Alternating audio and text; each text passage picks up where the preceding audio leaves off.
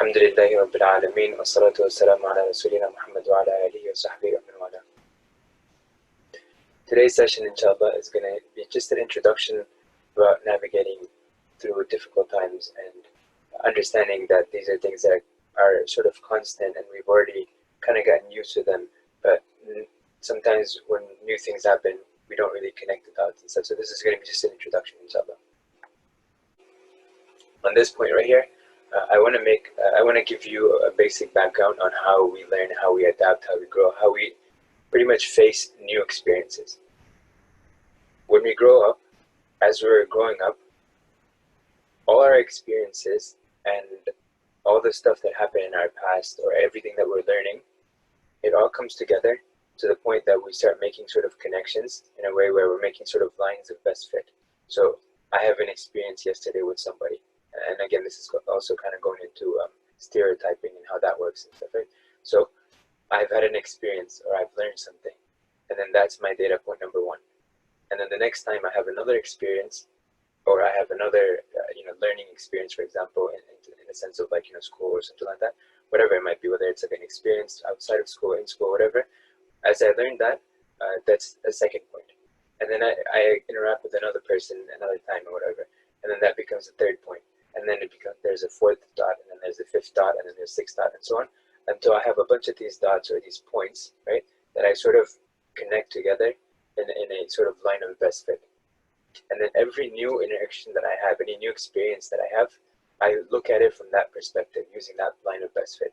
Well, in the past, this happened, and this is how I navigate this, or this is what happened when I did this and this and this. So moving forward, right, when I come across a new situation, I'm going to go based on that learning curve that I had sort of. That's what I'm going to use to navigate my new event or experience or whatever it might be. Now, if in the past I've had a lot of failures, then I'm going to start connecting the dots in the way of failures. I'm going to start looking at my life as a sort of like, whatever I do, I'm still going to fail. So every new experience I'm going to sort of face with less and less motivation, or I'm going to look at it in a very pessimistic manner, right? So every time I navigate a new situation, what I'm going to be looking at, I'm going to be looking at everything kind of sort of going the wrong way. No matter what I do, it's going to go the wrong way. But this is when I have negative experiences. If I've always had positive experiences, I'm going to have this really optimistic personality that no matter what happens, is that everything's going to just work out and stuff, right? Until it doesn't work out, right? So that kind of comes in. So the point over here is, how do we learn? How do we look at the world? Right? What shapes our perspective when it comes to facing new things, new experiences? When we came to COVID-19, right? This was something that was something unprecedented. It just took the entire world by surprise. And a lot of people, they saw that the flu, for example, every time the flu season comes or whatever, every time they go through difficult situations, every time there's a natural disaster and stuff, right? It's very short term. We've sort of adapted on like how to navigate it and stuff, and then we sort of move forward beyond that. But the problem in this case was that we've never had any experience like this. So we tried to apply all of our previous learning experiences, previous histories, right? Everything that we had experienced in the past, and every learning experience in the classroom or whatever that we had, we tried to sort of like try to use that to approach navigating COVID-19. And then as the days went by, things started seeming like, okay, well, this is seeming more persistent than I initially thought. We were thinking, okay, maybe a week, a month, maybe 2-3 months and stuff, and that's it. But as more and more stuff happened, we started realizing that this is not something that we've experienced in the past, right? And when we felt that way, we started getting overwhelmed a little bit. We started losing motivation. We started sort of getting sad, and then eventually some people might get depressed and they might get really overwhelmed for that. So based on whatever it is that in the past that we've sort of used as our guiding factor, okay, in my life this is what happened, these experiences, in the past this is what happened, this is what happened, this is what I did, and so on, and then this is how I got out of that situation.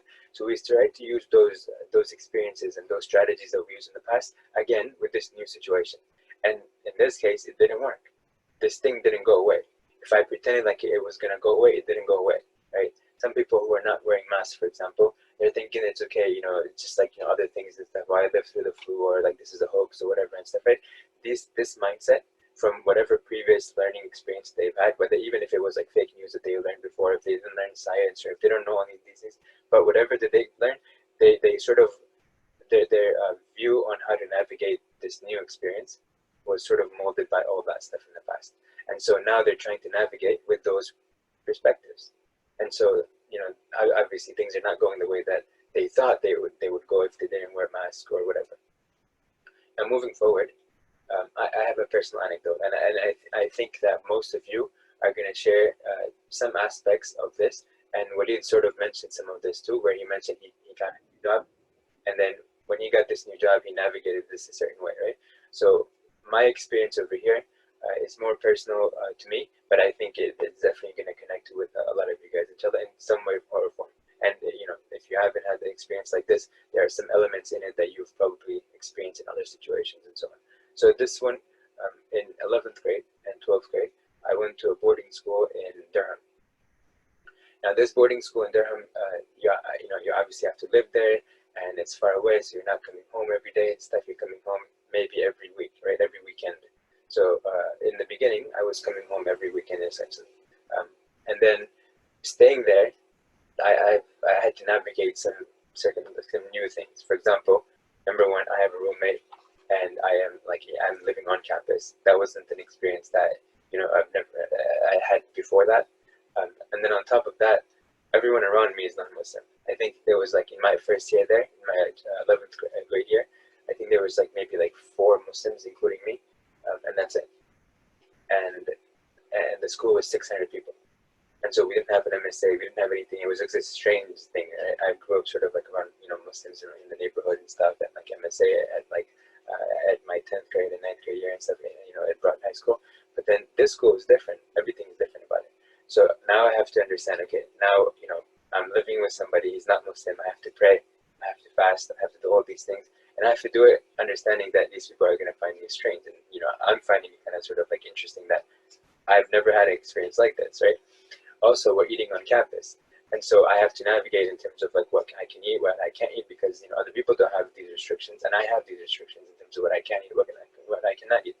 And then just another thing that was different about it was that my schedule for the, you know, the school, this school made it sort of a little bit different.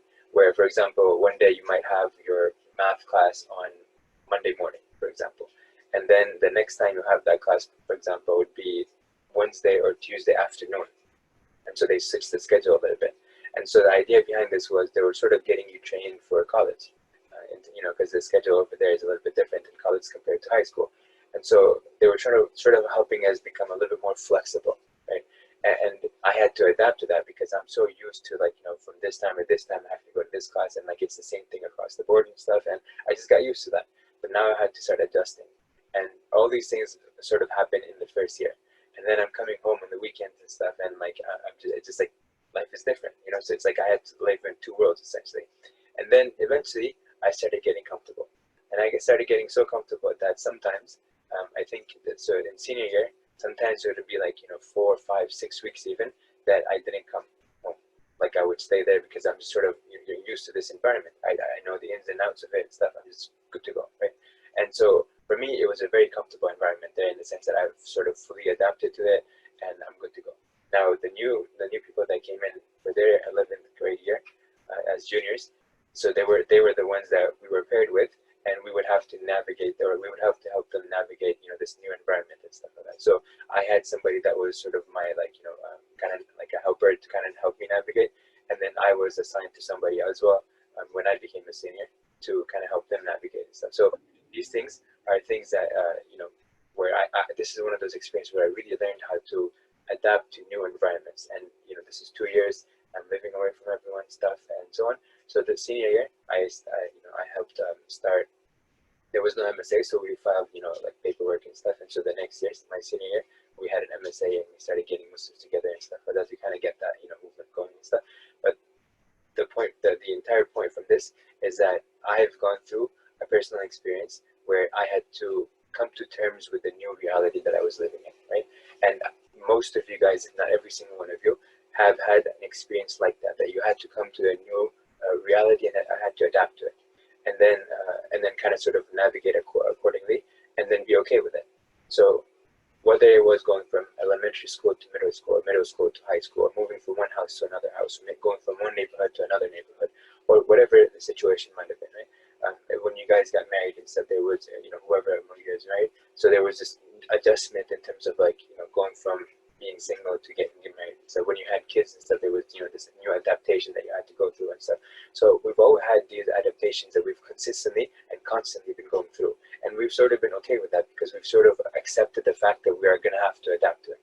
We don't, when we go from elementary school to middle school to high school, we don't sit there and say, you know what, I don't want to go to high school because I'm not going to go to high school because I don't know how to navigate it and stuff. You know what, I want to stay in middle school all my life and stuff, right? You know that everyone has to go through high school. So you sort of mentally prepare for this new thing that you're going to go through. And so when you do that, it makes life a lot easier to navigate. It makes that new experience a lot easier to adapt to. And so this is what my point is over here. Now, the next topic is about motivation and discipline. And I mentioned this also in the Ramadan khatra that we did in Ramadan, this past Ramadan. And if anybody wants the recordings, inshallah, you can reach out to Sister Tara for that. Anyways, so there was a certification course that I was going through, and this is adapted from there, so I'm not going to claim that this is mine, but this is from what they were presenting. The idea of motivation and discipline. So what is motivation? A lot of times we use the word motivation and we think that that word itself is sufficient for us to understand the concept, right? But it's not. You can break it down into components. So one of the components is autonomy. Another one is mastery, another one is purpose. And what is autonomy? Autonomy is where you feel like you have a personal choice. As in, you have multiple options that you can choose from. You're not coerced into something, right? That if somebody asks you to do something, that you have an option to do it, or you can choose something else and so on, right? Or if you see that something needs to be done, you have multiple routes or multiple pathways that you can take to achieve the end result that's intended behind it. So this is autonomy, sort of feeling like you have some control over the situation. Then there's also mastery. What is mastery? Mastery means that you sort of understand how to do the thing, whatever it is, to go from point A to point B, if that's the goal, right? You sort of feel like you have the ability, the skill set to be able to go from A to B. That's mastery. If you feel like you can do it, that's mastery, right? And you feel like you have what it takes, whether it's the tools, whether it's the skill set, whether it's whatever, right? That's mastery. Being able to, feeling that you can get from point A to point B on your own, essentially, or in a way that you can think about getting from point A to B, whether it's taking a taxi to go from point A to B, or Uber nowadays, right? Uber or Lyft, or whether it's like getting in your car, or whether it's buying a plane ticket and going to the airport and doing that, or if it's something, for example, that you do yourself, like if you want to cook something and stuff and you know how to cook it, then you can cook it, right? So this is mastery. Now the other thing is purpose, and this is very important. If there was no purpose, mastery and autonomy are not going to be sufficient to keep you motivated, right? This is something that helps from the angle of sustainability. If you want to be able to sustain this thing that you're working on, right? If you want to continue day after day after day after day, doing something that may not be as fun as you might want it to be. For example, going to work. Some people may not like to go to work in the morning and stuff, from 9 o'clock into 5 o'clock. Although nowadays, obviously, things are a little bit different with, like being able to virtually do everything, or most everything, right? So having this purpose of why I'm going to this job that I really don't like, why I'm doing these things that I really don't like to do, but having a purpose behind it, in the grand scheme of things, that not feeling good about it is sort of diluted, right? It's sort of diluted when it comes to the grand scheme of things. So, for example, if you're going to work because it's going to help your family, right? That struggle that you're going through, there's like this unpleasant situation that you have to go through, right, to get the money that you need and stuff. Then you do that sort of because you have a bigger purpose that makes you happier than how much unpleasant stuff that the unhappiness that you might get from the work that you're doing. So there is this thing that sort of overpowers the little difficulty, or the relatively smaller difficulty that you're navigating through. So purpose is going to be very important. For Muslims, we have a purpose of pleasing Allah subhanahu wa ta'ala. That Allah subhanahu wa ta'ala didn't create us except to worship Him, right? And so if we didn't have that purpose, we wouldn't necessarily continue, praying 5 times a day. if we don't have that purpose consistently in front of us, we're not going to navigate continuously all the difficulties that come along with being Muslim. And of course, when you have that purpose attached in your mind, it's something that's set there, it's fixed in there.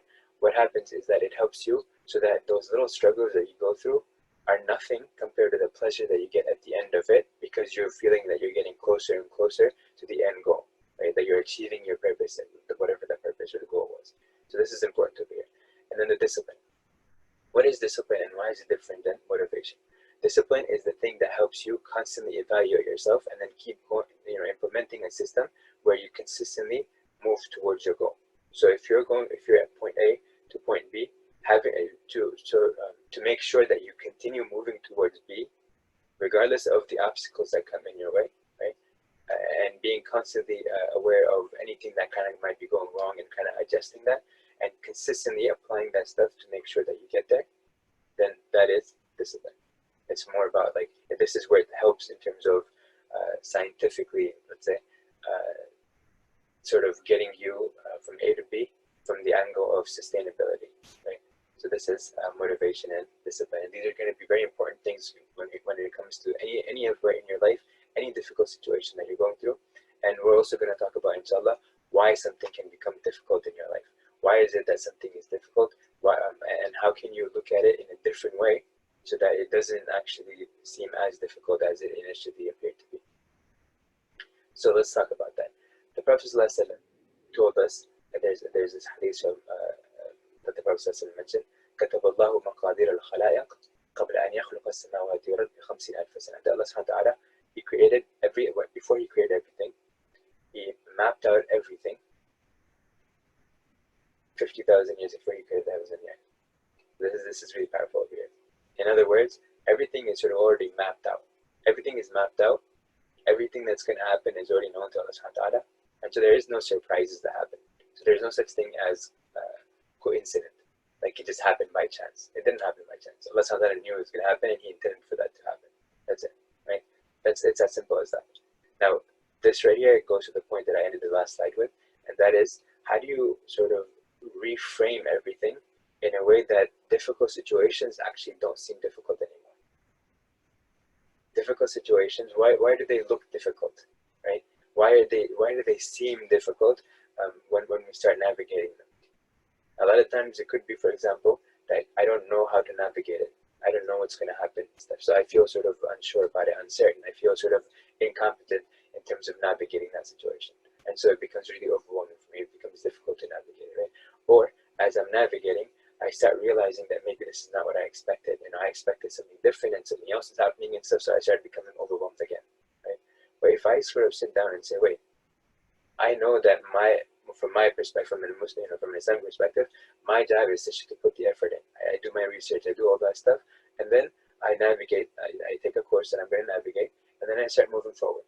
But I still remember that no matter how perfect my planning was, no matter how many things I accounted for, no matter what it is, about me that I might think I'm competent or whatever, at the end of the day, what is going to happen is what Allah subhanahu wa ta'ala had already mapped out 50,000 years before He created the heavens and the earth. Nothing else is going to happen. No matter how much I crave it, no matter how much I want it, it's not going to be something that I determine. I don't get to change the world in the sense that I want something, so I'm making dua that Allah subhanahu wa ta'ala change everything in a certain way that I want, right? I think that this is good, so I should have it my way and stuff, right? It doesn't work like that, because if you look at it yourself, if one person is making dua a certain way, that's going to impact, just from a human, just from humans, 7 billion other people. Then imagine if 7 billion people started making dua and all of the du'as were accepted and they were contradictory to each other and stuff, some of them. And so they started kind of sort of going back and forth. Like one person wanted the sky to be blue and the other one wanted to be yellow. And another one wanted to be purple, right? And another one wanted to be orange. And then imagine like you just have like, this like light show on the cloud, because the cloud just keep on changing color constantly and stuff, right? So imagine like these are the things that would be very, it would be very sophisticated in terms of, or it is very sophisticated in the sense that Allah subhanahu wa ta'ala has all knowledge, all wisdom and everything. And so Allah subhanahu wa ta'ala does whatever He knows is best, whatever that is, right? So me, my one out of 7 billion, so 1/700 billionth perspective of the world, right, is very little compared to the rest of it. Right? If you do 1 divided by 7 billion, that percentage is so tiny that it's essentially insignificant, right? So for me, my job is not then to change the world in the sense that I need to feel like I'm in full control of everything and stuff, and things have to go my way. They don't. Allah subhanahu wa ta'ala knows what's best, and He's going to make that happen. My task from Allah subhanahu wa ta'ala is just to accept the reality and navigate it. And that's it. And to understand that at the end of the day, Allah subhanahu wa ta'ala is the one who's going to guide me to what's better for me, even if it wasn't whatever it is that I wanted myself, that I thought was better. And there's an ayah about this. It might be that you hate something, but it's better for you. That you might love something and it's actually bad for you. So understanding this helps you navigate, because and then the ayah ends, وَاللَّهُ يَعْلَمُ وَأَنْتُمْ لَا تَعْلَمُونَ. And Allah knows and you don't know. And we don't know. Imagine 1 divided by 700 billion. That's a very tiny perspective, right? So understanding this helps you navigate things, and you don't feel that things are difficult anymore. The challenge is that you might otherwise perceive in the sense of like, I don't know if I can ever navigate this and stuff. I'm done and stuff. I'm not going to try and stuff because I'm already defeated before I started, right? That mindset shifts a little bit. So difficult situations are reframed in a different way because you have Allah subhanahu wa ta'ala connected to all of this. Now, navigating life, and this is going back to learning about and accepting reality. And this is the important part over here. How do I learn about reality, right? And how do I then go about accepting it? So first of all, Allah subhanahu wa ta'ala gave us all the answers, in the sense that Allah subhanahu wa ta'ala gave us how the world works, how people work and stuff, how people think, how things happen and stuff, right? How shaitan influences things and stuff, and shaitan is over here and so on, right? So Allah subhanahu wa ta'ala gave us all these rules, the universal truths. The modern worldview does not have universal truths. It's very relative. The modern worldview is composed of whatever we as human beings think how things should be, or whatever we've sort of, let's say, experimented, or the knowledge that we've acquired through science or through history or through, just thinking and so on, right? That human experience altogether throughout history added together is what our perspectives are based off of, right? Or our worldview, the modern worldview, is based off of, right? And so that right there is very limited still, because it does not account for what is going to happen in the future, right? We don't know, we don't have confirmation about what's going to happen in the future. And it also doesn't tell us about intentions, because that's a hidden thing, right? And it also doesn't navigate the situation of like jinn and so on, and angels and all that stuff, and stuff, right? It doesn't account for that. It only focuses on those data points that human beings have experienced from the outside. And so this right here is what shapes the modern worldview. And so that's why it's constantly changing. A new situation is going to happen, like the recent Black Lives Movement thing that happened. And so that's going to add on a data point to the entire set of data points that have thus far been accumulated in the human experience. And so with that in mind, now the trajectory, it might have been going a certain way, the line of best fit might have gone a certain way, but now with the addition of this data point, it might sort of curve a little bit, or it might bend a different way than it was supposed to, based on how it was before. And then tomorrow, a new experience is going to be experienced, and then that's going to shift that a little bit more. So these trajectories are constantly changing. And so this line of best fit is not set and fixed. So it's not universally, it's not universal truths that you're getting out of it. You're getting relative truths. Whereas with Allah subhanahu wa ta'ala, Allah gave you the answers specifically. He told you that this is how this works. This is how this works, right? And the more you learn about Deen, and I say this like, from not knowing much about Deen, because, the more you learn about Deen, the more you realize how much you don't know. The more you learn, the more you realize how much you don't know. And this seems sort of like contradictory, but it's true. The more you spend, you might spend like decades learning Deen. You memorize Quran, you memorize the Hadith and stuff. You've gone through all these tafsir and stuff. You've gone through like all these explanation of scholars and stuff. The more you go through it, the more you start realizing how much you still don't know, right? And this is the interesting point over here. So initially, when we don't know much about Deen, we think that Deen is not going to have all the answers.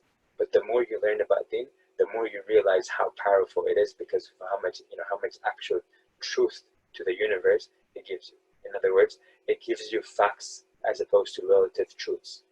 Relative truths mean they keep on changing; they're not fixed. So today, yesterday, homosexuality, for example, was not accepted in the society.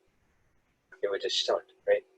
Today, it's the entire thing just kind of sort of shifted. It's as if the universal truth sort of shifted and changed, and it was like yesterday's truth was no longer today's truth, right?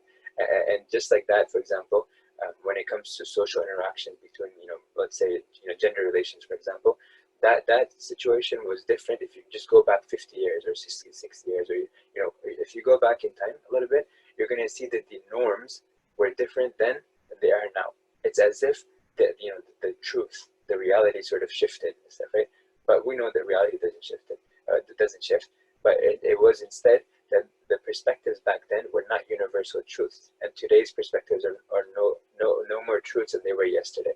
So today's reality, whatever people are doing right now, those moral truths that they're sort of adhering to, they're not necessarily fixed and set and universal truths. They're just relative, and tomorrow new data points are gonna adjust them more.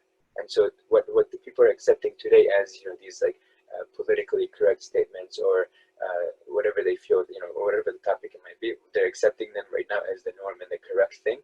Tomorrow they're gonna change that and gonna say no.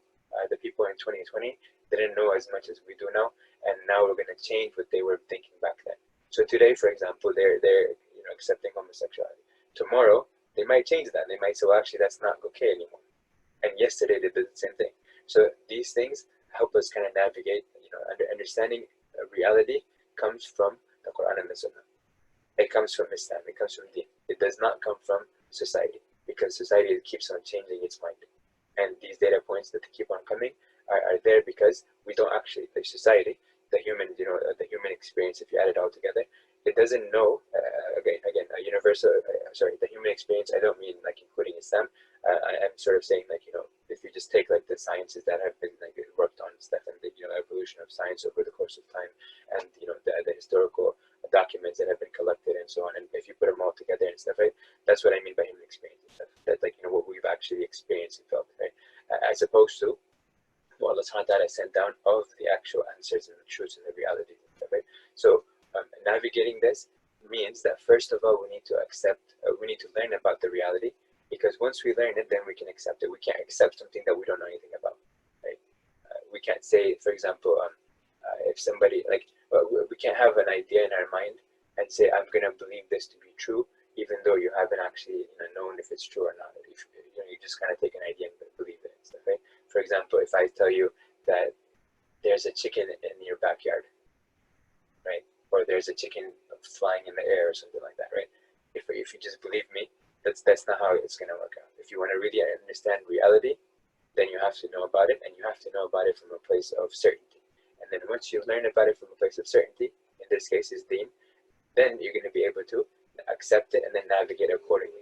But if you want to go by your own ideas and your own thoughts, and whatever society, whatever society gives you of relative truths, right, or constantly changing truths, I'm going to use the small t over here, whereas when I use the universal truth, I'm using a big T, right, because that's the truth.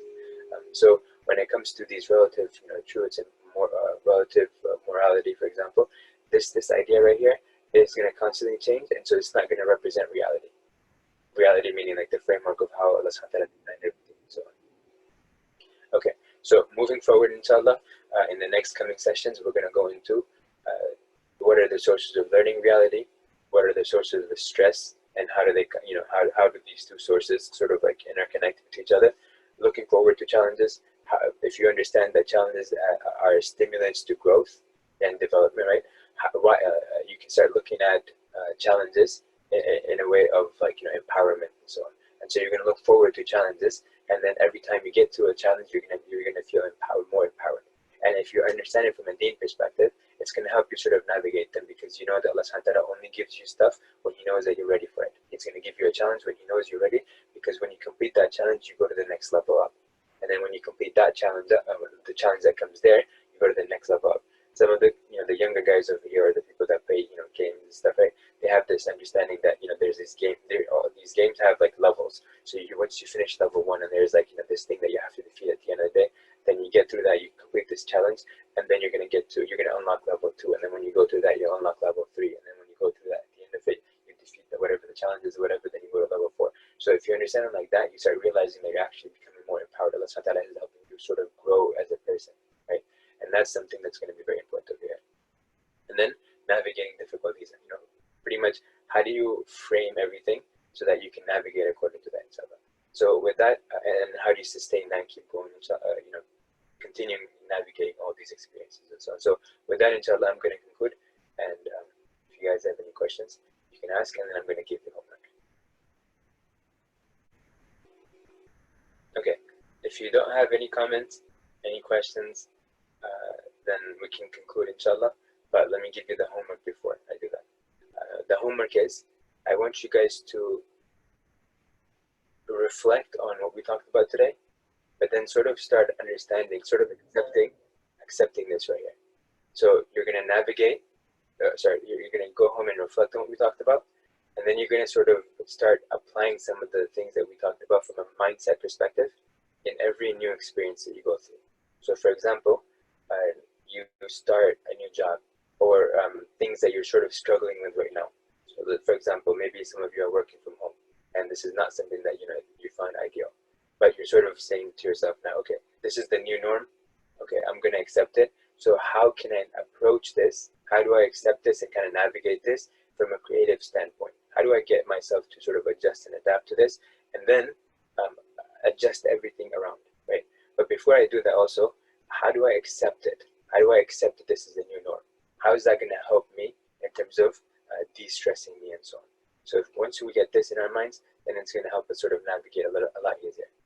So this is what you're going to do. Internalize what we talked about and sort of start adapting or sort of implementing it in your daily life. How do I sort of reframe everything that I'm looking through? How do I accept reality? How do I sort of let go of my hopes of of things returning back to the way they used to, and accepting them and kind of navigating accordingly. So this is your homework, inshallah.